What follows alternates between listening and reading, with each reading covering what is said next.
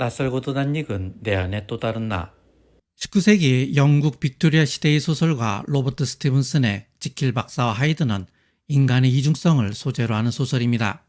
지킬 박사는 인간에게는 선한 인격과 악한 인격이 있다고 믿습니다. 그는 두 개의 인격을 분리해내는 화학약품을 만드는 데 성공하죠. 약을 마시면 내면에 있는 악한 인격이 나타납니다. 그 악한 인격이 바로 하이드입니다. 지킬 박사는 낮에는 젠틀한 신사이지만 밤만 되면 약을 먹고 하이드가 되어 파렴치한 범죄를 저지르면서 금지된 욕망을 해소합니다. 이렇게 한동안 하이드와 공존하는 삶을 살게 됩니다. 하지만 시간이 갈수록 하이드의 힘은 강해집니다. 나중에 지킬 박사는 약을 마시지 않아도 하이드가 되어버립니다. 이제 하이드는 통제할 수 없는 괴물이 됩니다. 결국 지킬 박사는 자신의 내면에 있는 하이드를 없애버릴 수 없다는 것을 깨닫습니다.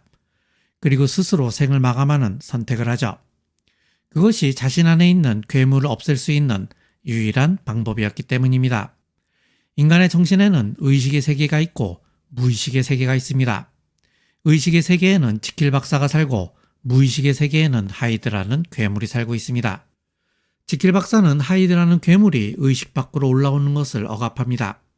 하지만 약을 마시자 하이드라는 괴물을 감금해 놓은 무의식의 봉인이 해제된 겁니다. 우리의 무의식 속에도 하이드라는 괴물이 있습니다. 쾌락을 쫓고 금지된 것을 욕망하고 도덕과 양심에 얽매이고 싶지 않은 또 다른 내가 있죠.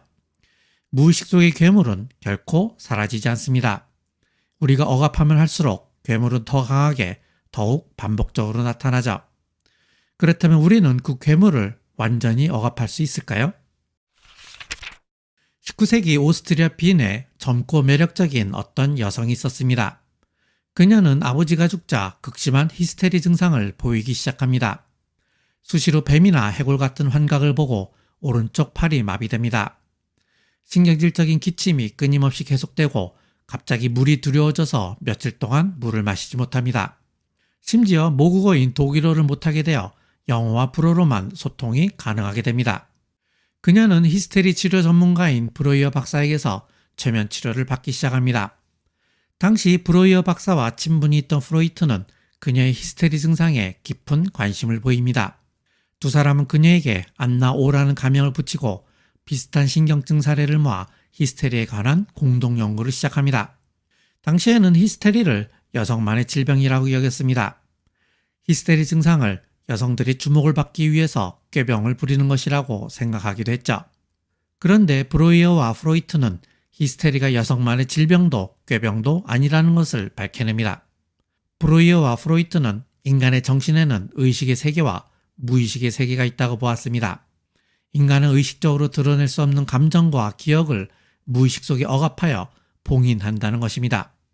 안나오의 경우 아버지에 대한 금지된 욕망과 죄책감을 무의식 속에 억눌러 놓았는데 그것이 히스테리 증상으로 터져나왔다는 것입니다. 즉 안나오의 무의식 속에 있는 괴물 하이드가 히스테리의 원인이었던 것입니다.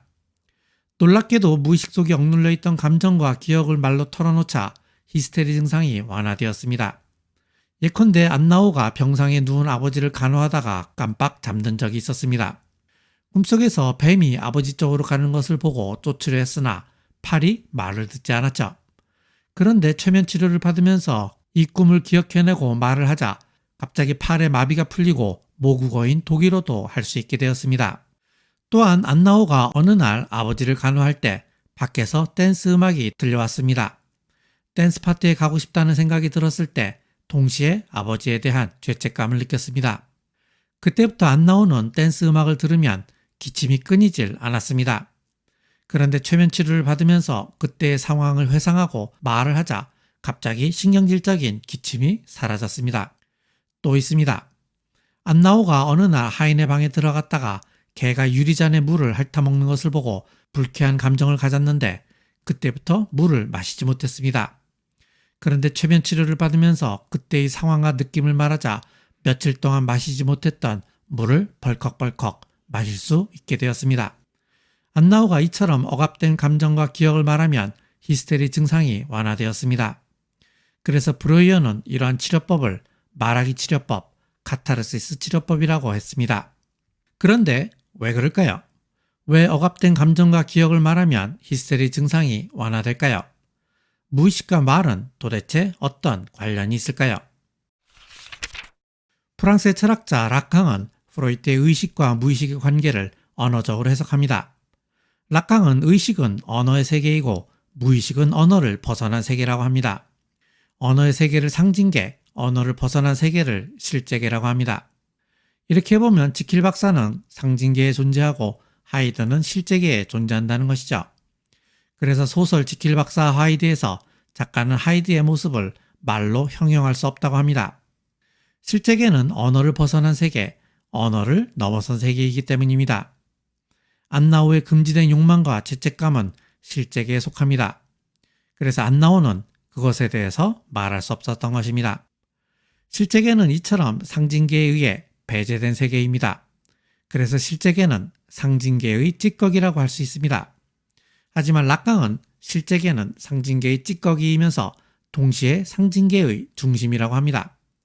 즉 실제계는 상징계 밖에 존재하면서 동시에 상징계의 중심에 결핍의 형태로 존재한다는 것이죠. 간단히 말해서 실제계는 상징계에 배제된 중심이라는 말입니다. 지킬 박사의 괴물 하이드와 안나우의 금지된 욕망이 바로 실제계에 속합니다. 지킬 박사는 하이드를 배제하려 했지만 결국 통제할 수 없었습니다. 하이드가 지킬 박사의 중심에 들어와 버렸기 때문이죠. 그리고 안나우는 자신의 금지된 욕망을 배제했지만 결국 금지된 욕망이 자신의 중심이 되었던 것입니다. 락강의 배제된 중심 개념은 프로이트의 언캐니 개념과 유사합니다. 언캐니는 어원적으로 상반된 두 가지 의미를 가지고 있습니다. 하나는 낯선, 감추어져 있는 이라는 의미이고 다른 하나는 친숙한, 드러난 이라는 의미입니다. 지킬 박사의 괴물 하이드와 안나우의 금지된 욕망은 의식으로부터 배제되어 있기 때문에 낯설지만 동시에 의식의 중심에 있기 때문에 낯익은 것입니다. 브로이어 박사의 치료를 받았던 안나우는 어떻게 되었을까요? 안나우는 주치의인 브로이어 박사에게 사랑을 느낍니다. 그리고 브로이어 박사의 아이를 가졌다는 상상 임신을 하게 됩니다. 사실 환자가 정신과 의사에게 이런 감정을 느끼는 것은 최면 치료의 부작용으로 정신분석 과정에서 종종 일어날 수 있는 일입니다.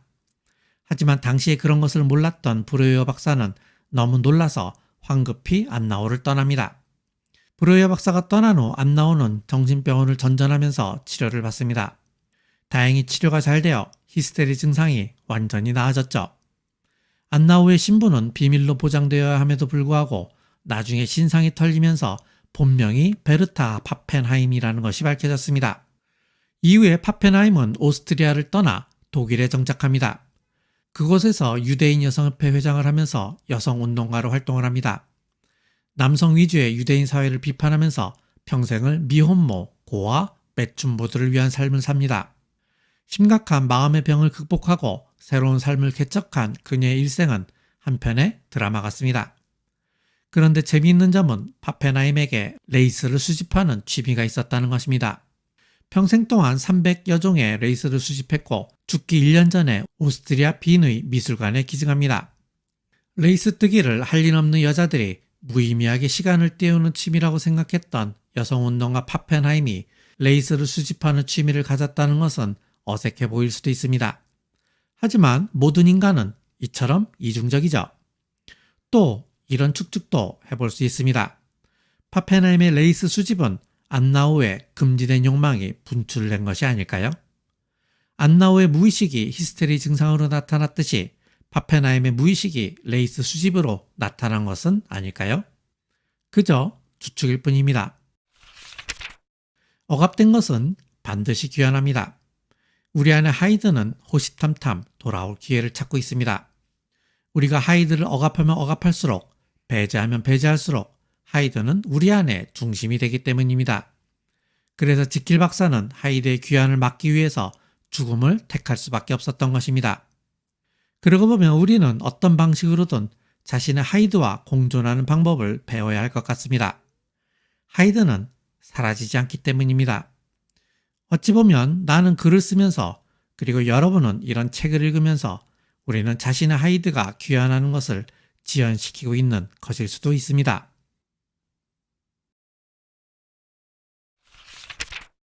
카프카스러운 카프카의 변신. 2000년대 가장 영향력 있는 소설가로 많은 사람들이 프란츠 카프카를 꼽습니다. 카프카의 소설은 스토리는 독창적이고 분위기는 혼란스러우며 문체는 독특합니다. 그래서 사람들은 그의 소설을 한마디로 카프카에스크, 즉 카프카스럽다라고 합니다. 카프카의 독창성을 다른 말로 형용하기가 힘들기 때문이겠죠.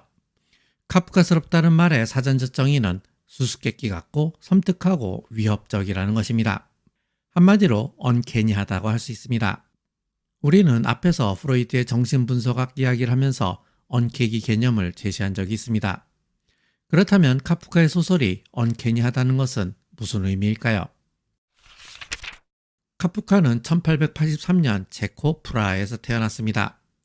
당시 프라하는 오스트리아 헝가리 제국에 속해 있던 땅이었는데요. 프라하 사람들은 대부분 체코인이었고 여기에 독일인과 유대인들이 함께 살았습니다. 카프카의 부모는 유대인이었습니다. 하지만 이들은 서부 유대인으로 유럽 사회에 동화되어 유대인 전통을 따르지 않았습니다. 당시 프라하에서 사용하는 언어는 체코어였는데 아버지는 카프카에게 독일어 교육을 받게 했습니다. 프라하의 상류 사회에서는 독일어를 사용했기 때문이죠. 프라하 사람들은 대부분 체코인이었는데 카프카는 체코인도 아니었고 유대인이었지만 유럽 사회에 동화되어 유대 전통을 따르지도 않았고 독일어를 사용했지만 그렇다고 독일 문화권에 속한 사람도 아니었습니다. 그러니까 카프카는 체코인도 아니고 독일인도 아니고 유대인도 아닌 완전한 이방인이었던 것입니다. 카프카의 아버지는 가난한 집안에서 태어나 자수성가를 한 상인이었습니다. 체격이 건장하고 성공지향적인 사람이었죠. 하지만 카프카는 체질적으로 병치레가 잦은 말라깽이였고 성공 따위에는 관심도 없었습니다. 그저 글이나 쓰고 싶었죠. 아버지는 그런 아들을 노골적으로 무시하고 폭력적으로 대했습니다. 카프카에게 아버지는 절대적인 존재였고 늘 두려움의 대상이었습니다. 훗날 발견된 100쪽이 넘는 아버지에게 보내는 편지를 보면 카프카가 아버지로부터 얼마나 큰 상처를 받았는지 알 수 있습니다. 카프카는 아버지의 강요로 프라하 대학에서 법학을 전공하고 노동보험공단에 취직을 했습니다. 아침 8시에 출근해서 오후 2시면 일이 끝나는 말 그대로 신의 직장이었습니다. 카프카는 퇴근을 하면 황금소로에 있는 자신의 작업실에서 밤새 글을 썼습니다. 카프카의 변신의 첫 문장을 보죠. 어느 날 아침 그레고르 잠자가 불안한 꿈에서 깨어났을 때 그는 자신이 침대 속에 한 마리의 커다란 벌레로 변해 있는 것을 발견했다. 주인공인 그레고르가 어느 날 일어나 보니 벌레가 되어 있었습니다. 벌레가 된 이유나 배경 설명 같은 것 없습니다. 그냥 벌레가 되어버린 것입니다. 가족들은 멘붕이 오고 아버지는 그레고르를 방에 가두어 놓습니다. 그레고르는 낮에는 창밖을 보며 시간을 보내고 밤에는 소파에 들어가서 잠을 잡니다. 여동생이 방 안으로 음식을 넣어주러 올 때는 놀라지 않도록 소파 안쪽에 깊이 숨기도 하죠. 이제 그레고르의 가족들의 생활에 변화가 생깁니다. 이전에는 그레고르가 전적으로 생계를 책임졌지만 이제 아버지는 수의로 취직을 하고 어머니와 여동생도 이 일을 합니다. 그레고르는 벌레가 된 것에 어느 정도 익숙해지자 이제 벽이나 천장을 기어다닐 수도 있습니다. 어머니와 여동생은 그레고르가 조금 더 쉽게 기어다닐 수 있도록 방 안의 가구들을 치우기 시작합니다. 그런데 그레고르는 책상과 여자 사진이 있는 액자만은 남겨두고 싶었습니다. 그래서 치울 수 없게 하려고 액자에 달라붙습니다. 벌레로 변한 그레고르의 모습을 직접 본 어머니는 그만 졸도를 하고 맙니다. 화가 난 아버지가 그레고르에게 사과를 던지고 그중 하나가 그레고르의 등에 박힙니다. 등에 박힌 사과는 썩어가고 그레고르는 음식을 거의 먹지 못하게 됩니다. 그러던 어느 날 죽습니다. 말라비틀어진 그레고르의 시체를 청소부가 쓸어 담아버리죠. 그레고르의 죽음으로 이제 가족들은 해방이 되었습니다. 이들은 모처럼 나들이를 나갑니다. 전차 안에서 미래에 대한 희망을 이야기합니다. 아버지는 어느덧 여자로 성장한 딸에게 신랑감을 찾아줘야겠다고 생각을 하면서 소설은 끝이 납니다. 카프카의 변신은 도대체 종잡을 수 없는 소설입니다. 그러다 보니 수많은 해석이 있는데요. 까미와 사르트르는 변신을 실존주의적 소설로 해석합니다. 세상에 벌어지는 사건에는 아무런 이유가 없듯이 그레고르가 왜 벌레가 되었는지 아무런 설명도 없고 이유도 없습니다. 그냥 어느 날 아침 벌레가 되어버린 것입니다. 그것이 바로 인간이 처한 부조리한 상황이라는 것이죠. 어떤 사람들은 변신을 자본주의 사회의 인간 소외를 보여주는 작품으로 해석합니다. 집안의 가장이었던 그레고르가 벌레로 변신하자 결국은 가족들에게 버림을 받습니다. 이것이 바로 자본주의 사회에서 노동력을 상실한 인간의 모습이라는 것입니다. 당시에 노동보험공단에서 근무하던 카프카는 산재로 인해 노동력을 상실한 수많은 노동자들을 보았을 것입니다. 이러한 경험이 이 소설에 녹아들어 있다는 것이죠. 영국의 작가이자 노벨문학상 수상자인 엘리아스 카네트는 변신은 카프카가 아버지의 권력에 대항하는 소설이라고 보았습니다. 소설의 주인공 그레고르 잠자가 바로 카프카라는 것입니다. 이름을 보면 잠자와 카프카의 철자 구조가 같죠.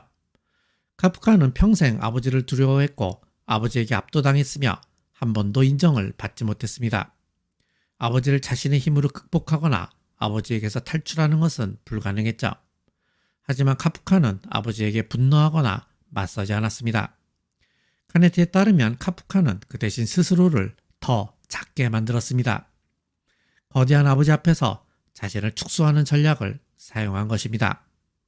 이는 권력으로부터 도망치는 것이 아니라 권력의 힘을 빼는 전략이라는 것이죠. 나는 사실 카네트의 해석보다는 인문학자 김진영의 해석이 훨씬 마음에 듭니다. 김진영도 카네트와 마찬가지로 변신은 카프카가 아버지의 권력에 대항하는 소설이라고 합니다. 하지만 카프카가 대항하는 방식에 대한 해석은 카네트의 설명과 다릅니다. 아버지는 카프카가 글을 쓰는 것을 못마땅하게 생각했습니다. 돈도 안 되는 짓을 왜 하냐는 것이죠. 하지만 카프카는 글을 써야만 했습니다. 그것이 아버지에게 반항하는 방식이었던 것입니다. 카프카는 혼자 힘으로는 안 되겠기에 여자를 이용합니다. 변신해서 어머니와 여동생이 가구를 치울 때 그레고르가 포기할 수 없었던 것이 두 가지가 있었습니다. 책상과 액자. 그 액자에는 여자 사진이 있었습니다. 카프카에게 글쓰기와 여자는 한 묶음이었던 것입니다. 카프카는 펠리체라는 여성과 2번 약혼하고 2번 파혼했습니다. 카프카에게 약혼의 목적은 결혼이 아니라 편지를 쓰는 것이었습니다. 몇 번 만나지도 않았는데 한 500통의 편지를 보냈습니다. 편지를 보내고 금방 왜 답장을 안 하냐고 하면서 또 편지를 보내요. 하루에 3번, 4번 보낸 적도 있습니다. 들레즈와 갓다리는 카프카가 보낸 것은 편지가 아니라 박쥐라고 합니다. 카프카는 박쥐를 날려보냈고 그 박쥐는 여자의 피를 빨았다는 것이죠. 그러면 이 여자는 답장을 보냅니다. 그 답장은 피를 빨고 돌아온 박쥐입니다. 카프카는 그 피를 잉크로 삼아 또다시 글을 씁니다. 카프카가 아버지와의 권력 투쟁에서 이기기 위해서 여자를 이용했다고 보기도 합니다. 소설 변신에서도 마찬가지입니다. 벌레로 변신하기 이전에 집안의 가장은 그레고르였습니다. 그때 아버지는 힘도 없고 의욕도 없는 노인일 뿐이었죠. 그런데 그레고르가 벌레가 되자 아버지는 수의로 취직을 하면서 권력을 다시 탈환합니다. 그러고는 죽은 권력인 그레고르를 사과로 공격합니다. 여동생은 저건 오빠가 아니에요 라고 말하며 아버지의 권력 재탈환을 승인하죠. 그런데 그레고르는 여동생이 바이올린을 연주할 때 그녀의 어깨까지 타고 올라가 목에 키스를 하는 상상을 합니다. 이것은 사실 키스가 아니라 흡혈입니다. 뱀파이어에게 물리면 뱀파이어가 되죠. 그레고르는 여동생의 피를 빨아 자신의 분신인 벌레로 만들어버리는 상상을 한 것입니다. 아버지는 여동생이 그레고르라는 사실을 모릅니다. 마지막 장면에서 아버지가 아름답고 생기로 가득 찬 딸을 보면서 흐뭇해하는 장면이 나옵니다. 그레고르는 아버지를 속이는데 성공한 것이죠. 그레고르는 그렇게 아버지를 속이고 아버지한테 빼앗긴 권력을 다시 탈환합니다. 카프카의 소설 변신과 박찬욱 감독의 영화 헤어질 결심은 스토리가 닮아 있습니다. 영화 헤어질 결심은 형사 해준이 어떤 남자의 추락사를 수사하면서 시작합니다. 형사 해준은 죽은 남자의 부인인 설애의 범행을 의심하지만 결국 남자가 자살한 것으로 결론을 내고 사건은 종결됩니다. 그런데 해주는 설애가 진짜 범인이라는 것을 우연히 알게 됩니다. 하지만 이미 설애를 사랑하게 된 해주는 수사를 그냥 무마해버리죠. 그때부터 설애도 해준을 사랑하게 됩니다. 설애는 해준의 마음을 간절히 원하지만 다가갈 수 없습니다. 두 사람의 관계는 피의자 대 형사의 관계이기 때문이죠. 시간은 흘러 둘은 다시 만납니다. 그런데 설애의 두 번째 남편이 죽는 사건이 또 발생합니다. 설애와 해준은 서로를 간절히 원하지만 이번에도 피의자 대 형사의 관계입니다. 설애는 해준의 마음을 가지고 싶어 하지만 이제 그것이 불가능하다는 것을 압니다. 그래서 사라지기로 결심합니다. 바닷가에 모래구덩이를 파고 그 안에 들어가 바닷물이 차오를 때까지 기다립니다. 스스로를 바다에 묻어버린 것이죠. 뒤늦게 해준이 도착하지만 이미 바다에 묻힌 설애를 찾을 길이 없습니다. 그리고 영화는 끝이 납니다. 설애는 왜 스스로 바닷속으로 들어갔을까요? 그것은 해준의 마음속으로 들어가기 위해서였습니다. 그 바다가 바로 해준이기 때문입니다. 해준의 마음을 얻을 수 없다는 것을 안 순간 설애는 해준의 마음속으로 들어가 그의 마음을 온전히 얻으려 했던 것입니다. 하지만 해준은 그것을 모릅니다. 설애의 시신은 영원히 찾지 못할 것이고 설애의 실종 사건은 영원히 미제로 남을 것이기 때문입니다. 결국 설애는 자신을 파괴함으로써 영원히 해준의 마음을 얻을 수 있었던 것입니다.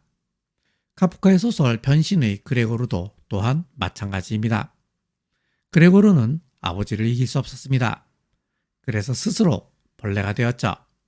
그리고 여동생의 피를 빨아 벌레로 만들어버림으로써 아버지에게로 깊숙이 침투해 들어갑니다.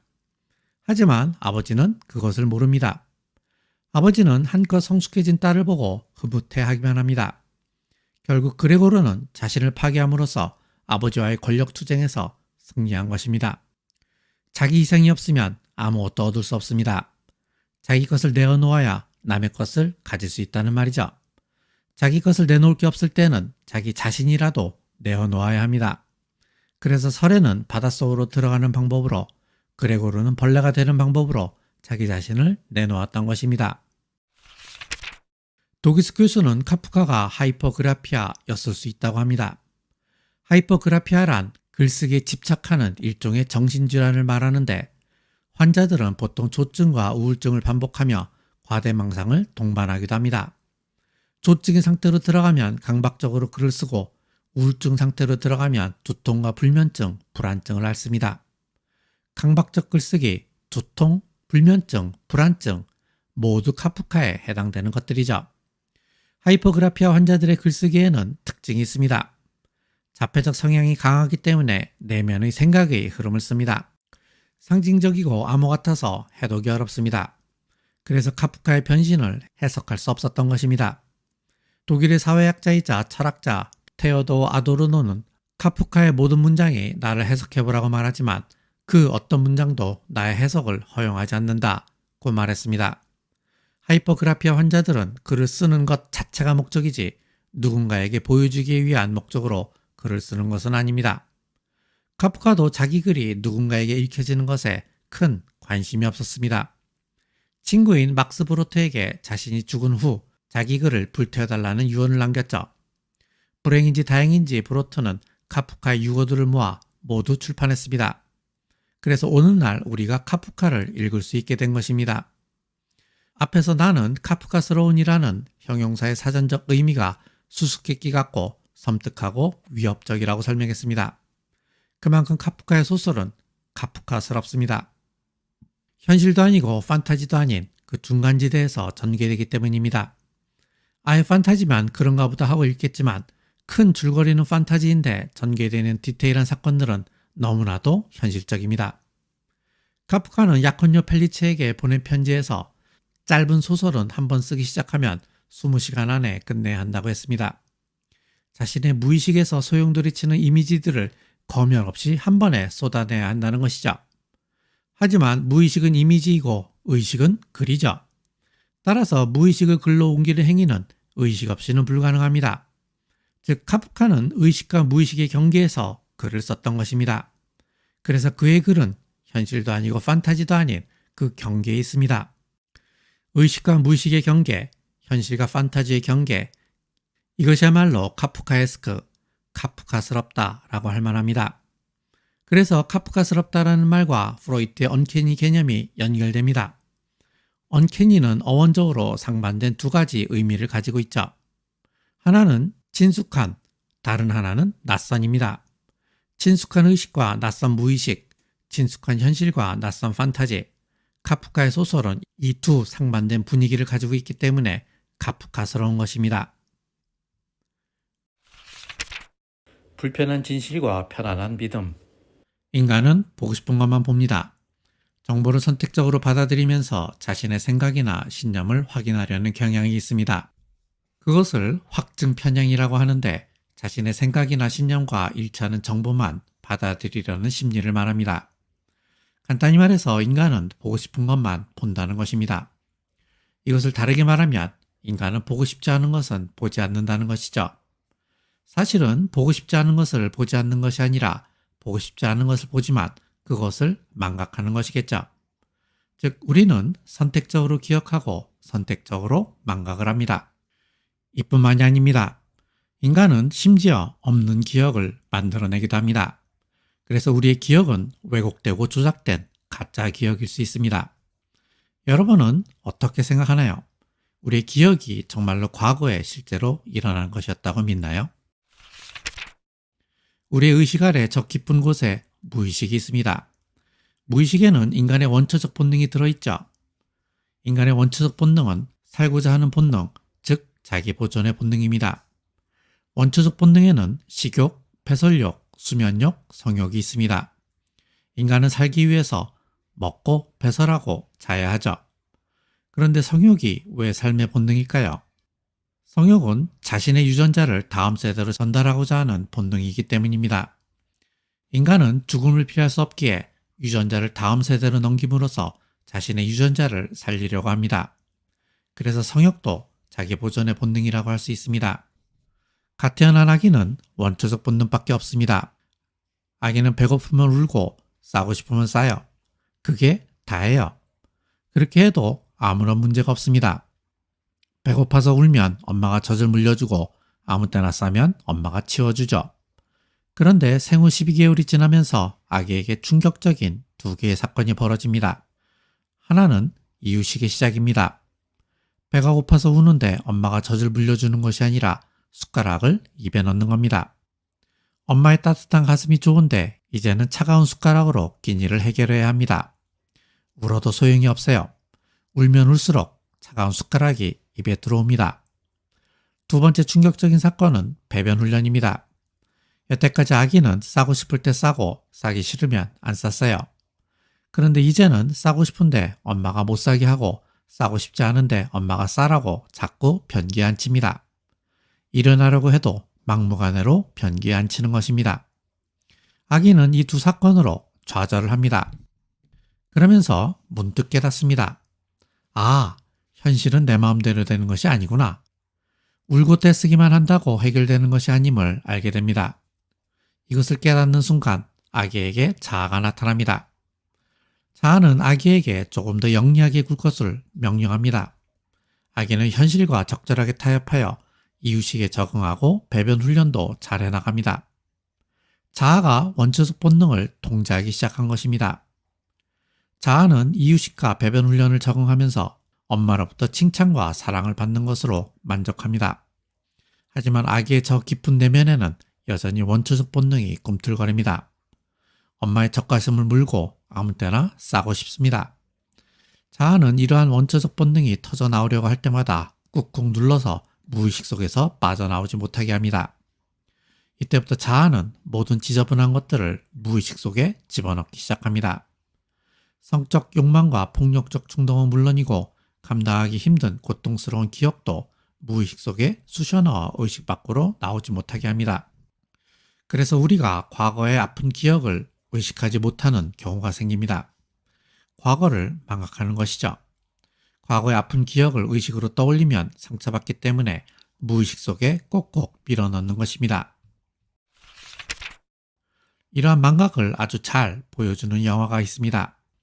마틴 스콜세지가 감독하고 레오나르도 디카프리오가 주연한 셔터 아일랜드라는 미스테리 영화입니다.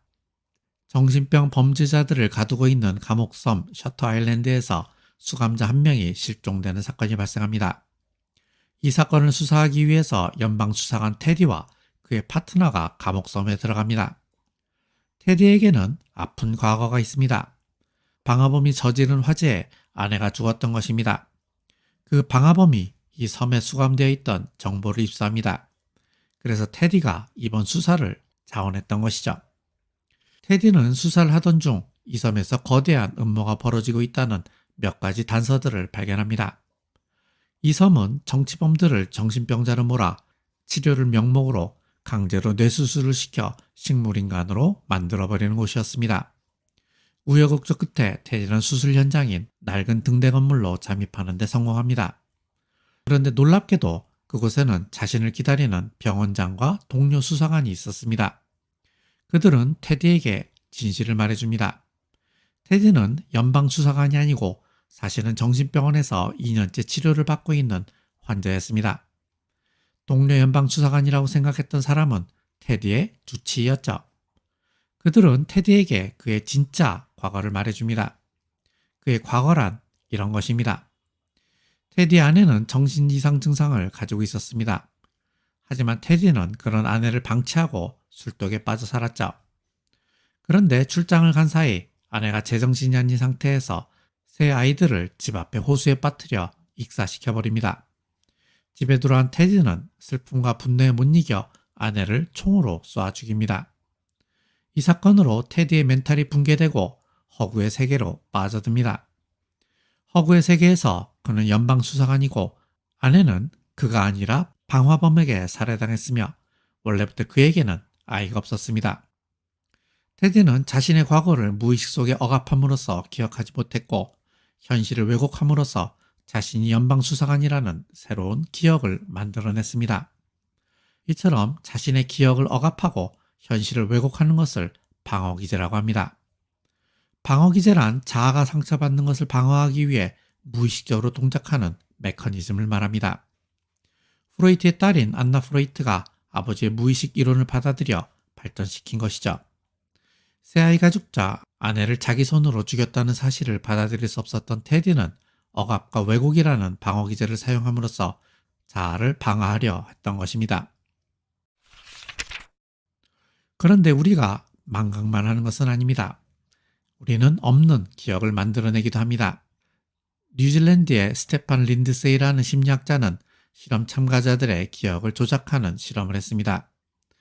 먼저 어린 시절의 사진으로 열기구를 타고 있는 합성 사진을 만듭니다. 그 사진을 지속적으로 보여주면 그는 어린 시절에 열기구를 탔다는 기억을 가지게 됩니다. 잊지도 않은 기억을 만들어낸 것입니다. 심지어 어떤 실험 참가자는 실험 내용을 다 듣고 나서도 자신이 열기구를 탄 적이 있었다고 철석같이 믿었다고 합니다. 미국의 엘리자베스 로프터스라는 인지심리학자도 이와 비슷한 실험을 했습니다. 먼저 부모들더러 실험 참가자들에게 그들이 어렸을 때 백화점에서 길을 잃은 적이 있다고 말하겠습니다. 물론 거짓말이었죠. 그러자 실험 참가자들은 어린 시절에 실제로 백화점에서 길을 잃은 적이 있다는 기억을 가지게 되었습니다. 잊지도 않은 기억을 만들어낸 것입니다. 심지어 어떤 사람은 자신이 길을 잃었던 상황을 생생하게 묘사하기도 했습니다. 또 있습니다. 어릴 적 디즈니랜드에 가본 적이 있는 실험 참가자들에게 만화 캐릭터인 벅스버니를 보여주고 디즈니랜드에 갔을 때 벅스버니를 본 적이 있냐고 물었습니다. 그러자 많은 실험 참가자들이 디즈니랜드에서 벅스버니를 본 적이 있다고 대답했습니다. 벅스버니는 디즈니랜드의 캐릭터가 아닌데도 말입니다. 그들은 기억을 해낸 것이 아니라 기억을 만들어낸 것이죠. 이처럼 기억은 쉽게 망각되고 쉽게 만들어집니다. 우리는 과거를 쉽게 망각합니다. 과거가 괴로워서, 합리화하기 위해서 또는 부끄러운 자신을 감추기 위해서 과거를 망각하죠. 동시에 자신이 믿고 싶은 것을 기억으로 만들어냅니다. 불편한 진실이 아니라 편안한 믿음을 선택하는 것입니다. 물론 의도적으로 그러는 것은 아니에요. 자신도 모르게 자신을 속이고 있는 것입니다. 우리는 살면서 여러 가지 사건을 겪습니다. 그런 사건들을 겪으면서 어떤 선택을 하게 되고 또 그 선택에 따른 행위를 하죠. 과거에 겪은 사건, 그때 내가 한 선택, 그리고 그 선택에 따른 나의 행위의 총체가 바로 나입니다. 나라는 인간의 정체성이죠. 조금 더 정확히 말하면 그런 사건, 선택, 행위에 대한 나의 기억이 바로 나라는 인간의 정체성입니다. 그래서 나는 어떠어떠한 사람이다 라고 말할 때 우리는 자신이 겪은 사건과 선택과 행위에 대한 기억을 먼저 떠올립니다. 따라서 기억이 불확실하다는 것은 자신의 정체성도 믿을 수 없다는 말이 됩니다. 이처럼 우리는 기억의 궁전에서 살고 있습니다. 기억의 궁전에서는 사실이 망각되고 믿음이 사실로 둔갑하며 자신의 정체성이 왜곡되고 조작됩니다. 그러고 보면 우리 모두가 바로 영화 셔터 아일랜드의 주인공 테디였던 것입니다. 테디는 자신이 연방수사관이라는 확신의 덫에 걸려 있었습니다. 그렇다면 테디는 그 확신의 덫에서 빠져나오는 것이 좋을까요? 아니면 빠져나오지 않는 것이 좋을까요? 내가 보기에 테디는 차라리 영원히 덫에 걸려 있는 것이 좋을 것 같습니다. 영원히 연방수사관으로 남는 것이 좋을 것 같다는 말입니다. 우리도 자신만의 확신이라는 덫에 걸려 있습니다. 그 확신이라는 덫에서 빠져나오는 것이 좋을지 아니면 덫에 그냥 걸려 있는 것이 좋을지 선택하는 것은 여러분의 몫입니다. 물론 선택한다고 쉽게 실현되는 것은 아니지만 말입니다. 여러분은 불편한 진실과 편안한 거짓 기억, 그 중에 무엇을 선택하고 싶으신가요? 무아지경에 빠져버린 미니멀리스트. 17세기 프랑스의 철학자 데카르트는 벽난로 앞에 앉아서 자신이 의심할 수 있는 모든 것을 의심하기 시작합니다. 처음에는 단순히 자신의 감각과 경험을 의심하지만 의심의 골이 깊어지면서 나중에는 수학과 기하학과 같은 학문을 의심하게 됩니다. 모든 것을 의심하게 된 것이죠. 그런데 문득 데카르트는 자신이 의심할 수 없는 단 하나의 사실이 있다는 것을 깨닫습니다. 그것은 바로 내가 의심하고 있다는 사실입니다. 내가 어떤 것을 의심하고 있을 때 내가 의심하고 있다는 사실은 의심할 수 없다는 것입니다. 내가 의심할 수 있으려면 의심하는 내가 존재해야 하죠. 그런데 의심도 생각의 일종이죠. 그래서 데카르트는 이런 결론을 내립니다. 나는 생각한다. 고로 존재한다. 내가 존재한다는 데카르트의 주장은 주체의 철학으로 이어집니다. 나는 신의 피조물일 뿐인 것이 아니라 이성적으로 생각하고 합리적으로 판단하는 주체가 된 것입니다. 그런데 나라는 것이 정말로 존재할까요? 나라는 것이 정말로 주체적으로 존재할까요? 뭔 뚱땅지 같은 소리냐 하겠지만 나라는 주체가 존재하지 않는다는 입장이 있습니다. 불교 철학에서는 나라는 주체가 존재한다고 생각하는 것은 망상이라고 합니다. 서양 철학에서도 이와 비슷한 주장이 있습니다. 영국의 철학자 휴문, 자아라는 것은 없으며 자아라고 생각되는 것은 단지 감각과 생각의 다발일 뿐이라고 합니다.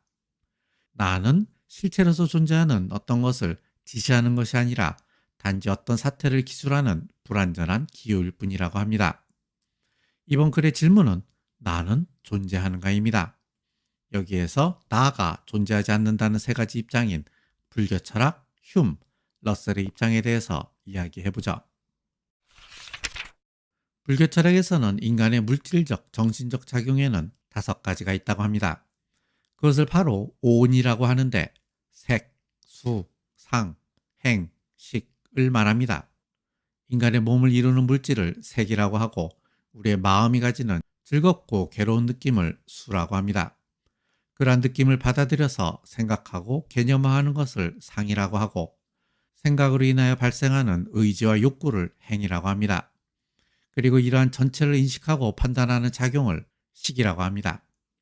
그런데 우리의 느낌, 생각, 욕구, 인식은 존재하는 것 같지만 막상 그것을 붙잡으려고 하면 금방 사라지고 맙니다.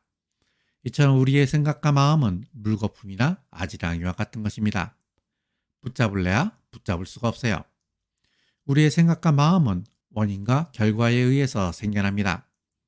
앞선 생각이 원인이 되어 나중 생각이 그 결과로 나타나고 앞선 마음이 원인이 되어 나중 마음이 그 결과로서 나타납니다. 생각과 마음은 인과관계에 따라서 찰나에 나타났다가 찰나에 사라지고 맙니다.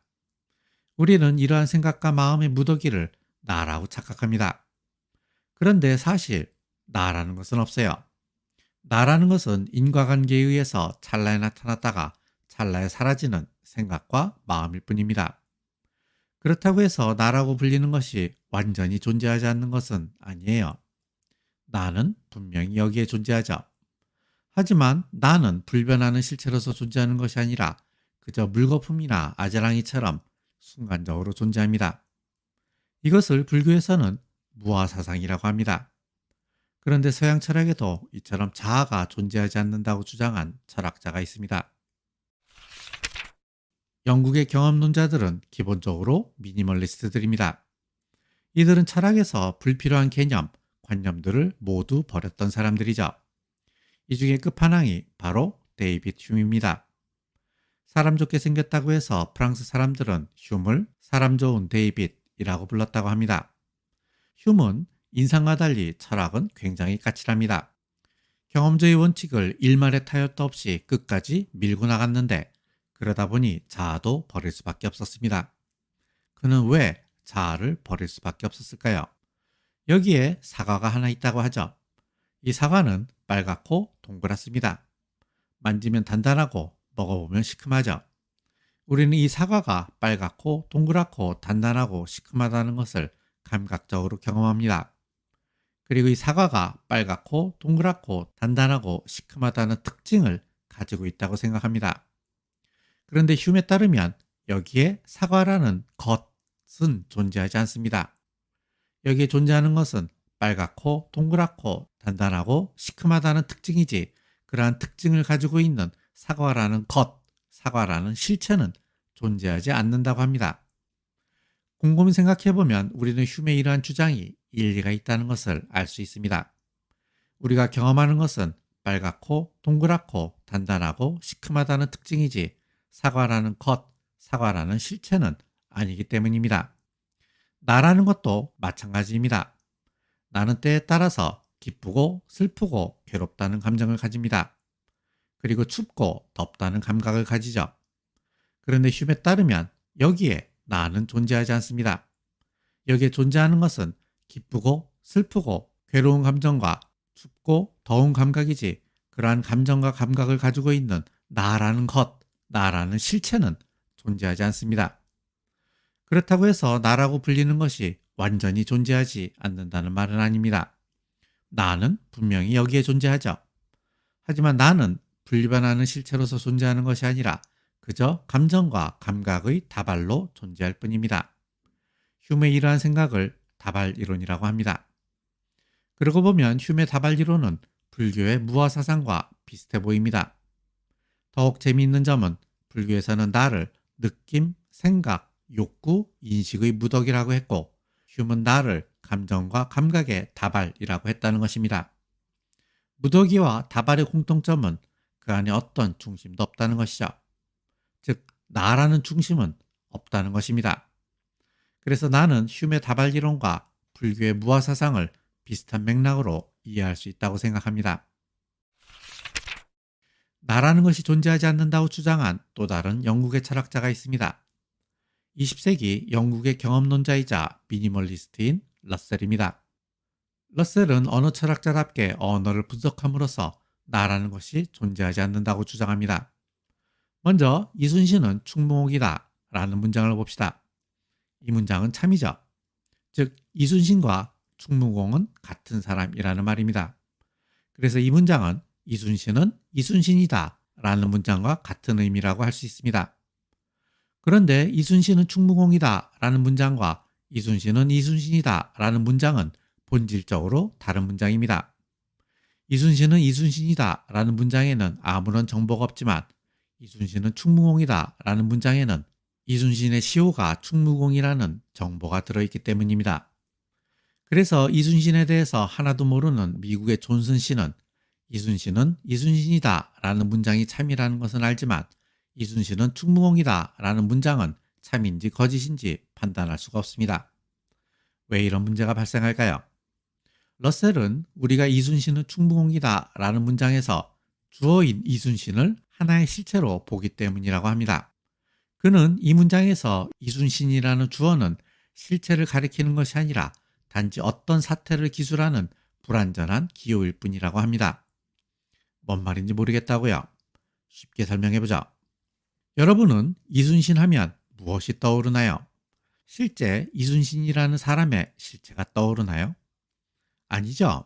우리는 이순신이라는 사람을 본 적이 없어요. 우리에게 이순신은 그저 조선시대의 장수로서 왜군과의 해전에서 23전 23승을 거두고 노량 앞바다에서 전사한 명장일 뿐입니다. 이것은 이순신이라고 불리는 것에 대한 기술일 뿐입니다. 그래서 이순신이라는 주어는 어떤 사태를 기술하는 것일 뿐이지 이순신이라는 사람의 실체를 지시하는 것이 아닙니다. 따라서 이순신이라는 주어가 이순신이라는 사람을 지시한다고 생각하는 것은 착각이라는 것이죠. 나는 김필령이다 라는 문장도 마찬가지입니다.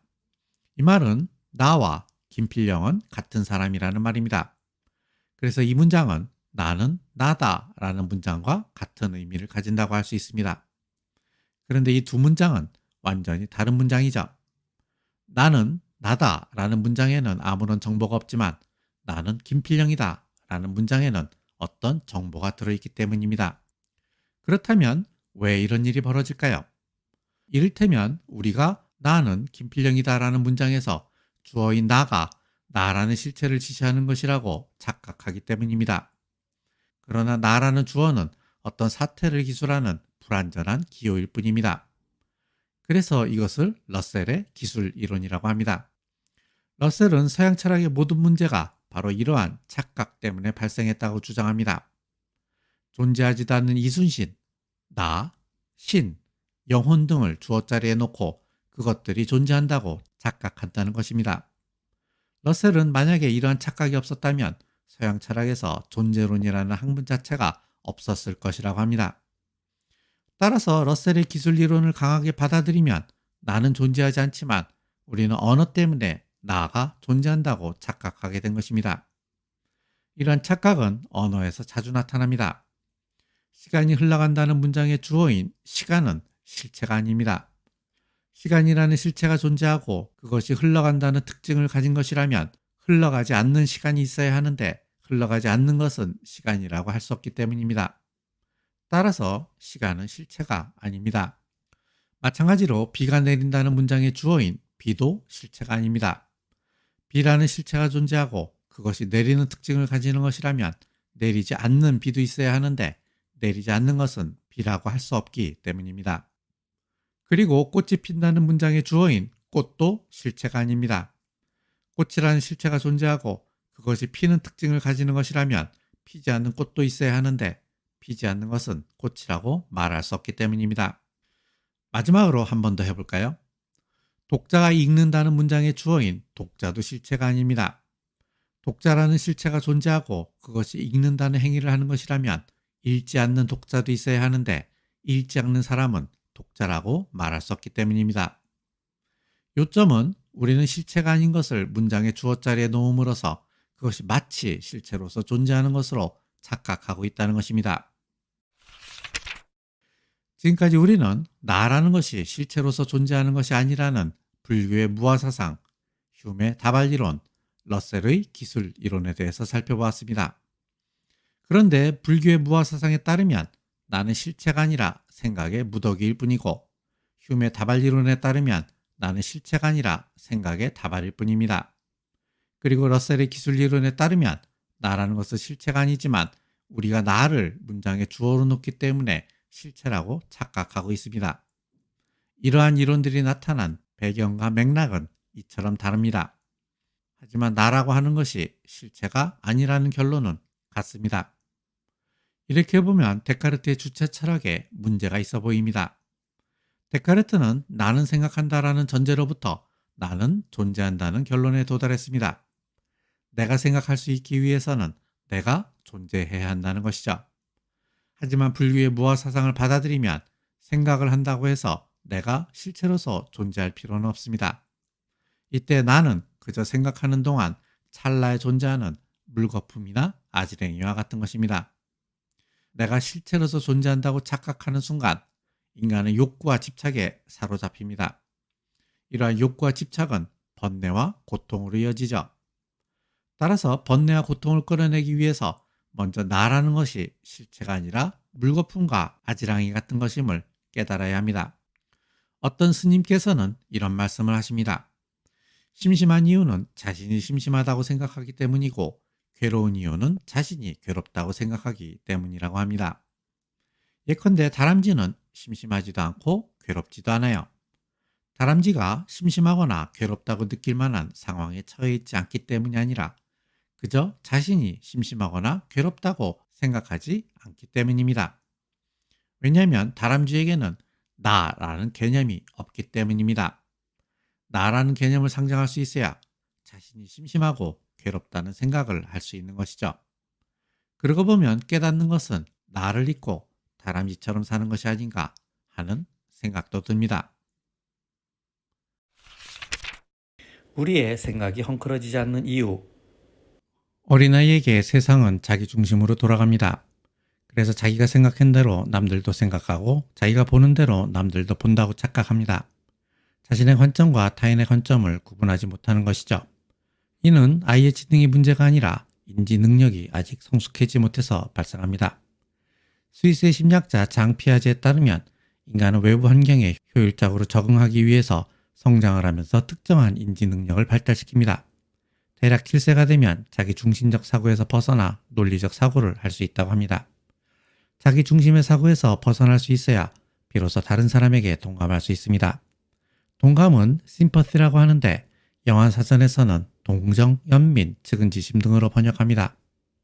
그런데 고전 경제학의 대표주자이자 윤리철학자인 아담 스미스에게 동감이란 그런 뜻이 아닙니다. 어원 그대로 타인의 입장이 되어 타인이 느끼는 감정을 똑같이 느끼는 것을 말합니다. 예를 들어보죠. A씨가 비즈니스석을 예약했는데 항공사 잘못으로 이코노미 좌석에 앉게 되었고 열받아서 한 잔 먹다 보니 취해서 기내에서 난동을 부렸다고 하죠.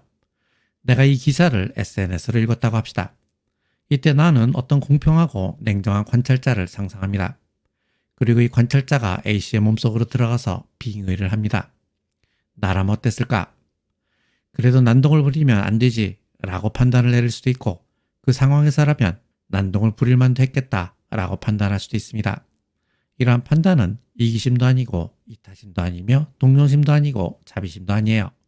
그냥 나의 상상 속 관찰자가 A씨로 빙의해서 그의 입장이 되어 본 것뿐이에요. 이것이 바로 아담 스미스가 말하는 동감의 의미입니다. 그렇다면 사람은 어떻게 자기중심의 사고에서 벗어날 수 있을까요? 어떻게 다른 사람에게 동감을 할 수 있을까요? 기원전 6세기 무렵 그리스 남동쪽 지중해의 크레타 섬은 해상무역이 활발했습니다. 크레타 사람들 중에는 상인들이 많았는데 상인들은 맨날 미치고 장사를 한다고 말하죠.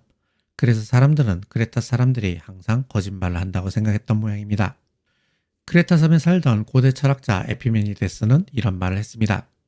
크레타 사람들은 거짓말만 한다. 이 문장은 참일까요? 거짓일까요? 일단 이 문장을 참이라고 해보자. 그런데 이 문장을 말한 에피메니데스도 크레타 사람이죠. 크레타 사람들은 거짓말만 한다면서요. 따라서 크레타 사람들은 거짓말만 한다는 문장은 거짓이 됩니다. 이번에는 크레타 사람들은 거짓말만 한다는 문장이 거짓이라고 해보죠. 그러면 크레타 사람들은 거짓말만 한다는 것이 거짓이므로 이 문장은 참이 됩니다. 따라서 이 문장은 참도 될 수 없고 거짓도 될 수 없습니다. 이것을 에피메니데스 역설이라고 합니다. 조금 헷갈리나요? 다른 버전으로 설명해 볼게요. 이 문장은 거짓이다 라는 문장을 문장 X라고 합시다. 그런데 이 문장은 조금 이상한 문장입니다. 만약 문장 X가 참이라면 이 문장은 거짓이므로 문장 X는 거짓이 되고 문장 X가 거짓이라면 이 문장은 참이므로 문장 X는 참이 됩니다. 즉 문장 X는 참도 거짓도 될 수 없습니다. 말하고 보니 더 헷갈리네요. 먹고 굳이 따질 거 없어요. 대충 느낌만 오면 됩니다. 그런데 왜 이런 일이 발생할까요? 그것은 이 문장이 바로 문장 X이기 때문입니다. 즉 문장 X의 부분인 이 문장이라는 것이 전체 문장 X를 지시하기 때문입니다. 다시 말해 전체의 부분이 전체를 다시 지시하기 때문입니다. 비유하자면 뱀의 부분인 머리가 뱀 전체를 먹는 문장인 것입니다. 그러니 역설이 생길 수밖에 없습니다. 에피메니데스 역설은 이처럼 부분이 전체를 금지하거나 부정하는 경우에 발생합니다. 아주 쉽게 설명을 해볼게요. 예컨대 벽에 낙서 금지라고 쓴 낙서, 떠들지 말라고 고래고래 소리를 지르는 행위, 남자는 다 늑대야 믿지마 하면서 자신을 믿으라는 남자친구, 이런 것이 바로 에피메니데스 역설입니다. 에피메니데스 역설은 왜 생길까요? 폴란드의 논리학자 타르스키는 그 이유를 찾아냈습니다. 이제부터 그것을 설명해 볼게요. 먼저 산수에 관한 문장을 하나 봅시다. 3 더하기 2는 6. 이 문장은 거짓이죠. 그렇다면 3 더하기 2는 6은 거짓이다 라는 문장은 어떨까요? 이 문장은 참입니다. 이 두 문장의 진리값은 다르죠. 그래서 타르스키는 이 두 문장을 구분해야 한다고 주장합니다. 첫 번째 문장인 3 더하기 2는 6이라는 문장은 어떤 사실에 대해서 말하는 대상 문장이지만 두 번째 문장인 3 더하기 2는 6은 거짓이다 라는 문장은 그 대상 문장의 진리값에 대해서 말하는 메타 문장입니다. 이처럼 대상 문장과 메타 문장을 구분하지 않으면 에피메니데스 역설이 발생합니다. 예를 들어 봅시다. 나는 앞에서 이 문장은 거짓이다 라는 문장을 문장 X라고 했습니다. 여기에서 이 문장이라는 말과 문장 X는 같은 문장이 아닙니다. 이 문장은 대상 문장이고 문장 X는 이 문장에 대한 메타 문장입니다. 즉 대상 문장인 이 문장과 메타 문장인 문장 X가 같은 진리값을 가진다고 보기 때문에 에피메니데스 역설이 발생하는 것입니다. 대상 문장과 메타 문장을 구분하면 에피메니데스 역설은 발생하지 않습니다. 대상 문장과 메타 문장이 있는 것처럼 어떤 대상에 대한 생각과 이러한 생각에 대한 생각이 있을 수 있습니다. 즉 생각에도 대상 생각과 메타 생각이 있습니다. 내가 테이블 위에 있는 사과를 보고 이것은 사과이다 라고 했다고 합시다. 이것은 바로 사과에 대한 생각, 즉 대상 생각입니다. 그런데 나는 이런 대상 생각을 다시 생각할 수 있습니다. 즉 이것은 사과라고 나는 생각한다 라고 할 수 있습니다. 이것이 바로 메타 생각입니다. 그뿐만이 아닙니다. 나는 나의 생각을 다시 생각하기도 합니다. 그래서 이것은 사과라고 생각하는 나를 생각한다 라고 할 수도 있고 또 이것을 다시 생각해서 이것은 사과라고 생각하는 나를 생각한다 라고 할 수도 있으며 또 이것을 다시 생각해서 이것을 사과라고 생각하는 나를 생각한다 라고 할 수 있습니다. 이제 그만하죠. 타르스키의 용어를 빌리면 우리는 메타 생각을 할 수 있습니다. 칸트는 순수이성 비판에서 인간의 이러한 능력을 초월적 통각이라고 합니다. 초월적 통각이란 생각하는 나를 대상으로 다시 생각할 수 있는 능력을 말하는 겁니다. 그리고 이러한 생각의 과정을 끊임없이 초월해 나간다는 것입니다. 칸트는 인간이 이러한 초월적 통각이 있기에 자아의식을 가지고 있다고 말합니다. 예를 들어 봅시다. 20세기 네덜란드 화가 마우리츠 코르넬리스 에셔의 화랑이라는 판화작품을 확대해서 보면 어떤 사람이 바닷가 작은 마을에 있는 화랑에서 그림을 그리고 있습니다. 그런데 이 그림을 비트로 확대해 보면 다시 이 사람이 화랑에서 그림을 보고 있는 것을 볼 수 있습니다. 다시 확대해 봐도 이 사람은 화랑에서 그림을 보고 있습니다. 이렇게 그림 속의 그림, 그림 속의 그림 속의 그림으로 들어갈 수 있습니다. 이번에는 반대로 비틀어진 그림을 제대로 펼쳐보죠. 그리고 그림 밖으로 나와봅시다. 그러면 원래 이 사람이 다시 나옵니다. 다시 그림 밖으로 나와도 마찬가지로 이 사람이 나옵니다. 그림 속의 그림으로 들어갔던 것처럼 그림 밖의 그림, 그림 밖의 그림 밖의 그림으로 계속해서 나올 수 있습니다. 미국의 인지과학자 더글라스 리처드 호프스테터는 괴델, 에셔, 바하에서 인간의 생각도 이와 마찬가지라고 말합니다. 인간의 생각은 여러 층위로 되어 있고 생각하는 활동은 이러한 여러 층위를 오르락 내리락 합니다. 다시 말해서 나는 이것은 사과이다 라고 말할 수도 있고 이것은 사과라고 나는 생각한다 라고 말할 수도 있고 이것을 사과라고 생각하는 나를 생각한다 라고 말할 수 있다는 겁니다. 그런데 우리는 어떤 말을 하면서 매번 대상생각, 메타생각, 그리고 메타메타 생각을 구분하나요? 그렇진 않죠. 그런 구분을 하지 않습니다. 타르스키에 따르면 우리는 대상 문장과 메타 문장을 구분하지 않기 때문에 에피메니데스의 역설에 빠집니다. 그런데 우리 인간은 왜 매번 이렇게 복잡한 메타 생각을 하면서도 에피메니데스 역설에 빠지지 않을까요? 거기에 대한 해답을 애셔의 화랑 그림에서 볼 수 있습니다.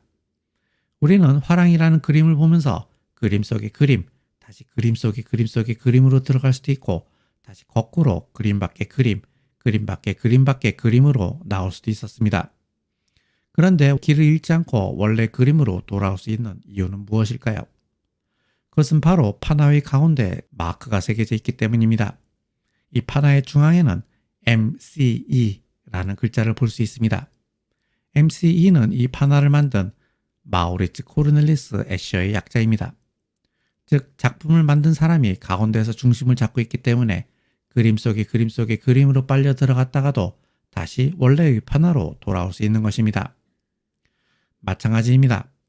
우리는 이처럼 이것은 사과이다 라는 생각과 이에 대한 메타 생각을 하다가도 한순간에 이것은 사과이다 라는 생각으로 돌아올 수 있는 이유는 우리에게도 이러한 MCE 마크가 있기 때문입니다. 인간에게 이 MCE 마크는 바로 자아 개념입니다. 우리에게는 자아 개념이 있기 때문에 메타적으로 생각하다가도 원래 자신의 생각으로 돌아올 수 있는 것입니다. 우리는 이처럼 생각의 여러 차원을 넘나들 수 있습니다. 자신의 생각에 대한 메타 생각을 할 수 있고 또 메타 생각에 대한 메타 생각도 할 수 있습니다. 자신의 생각에 대해서만 메타 생각을 할 수 있는 것은 아닙니다. 우리는 타인의 생각으로 들어가기도 합니다.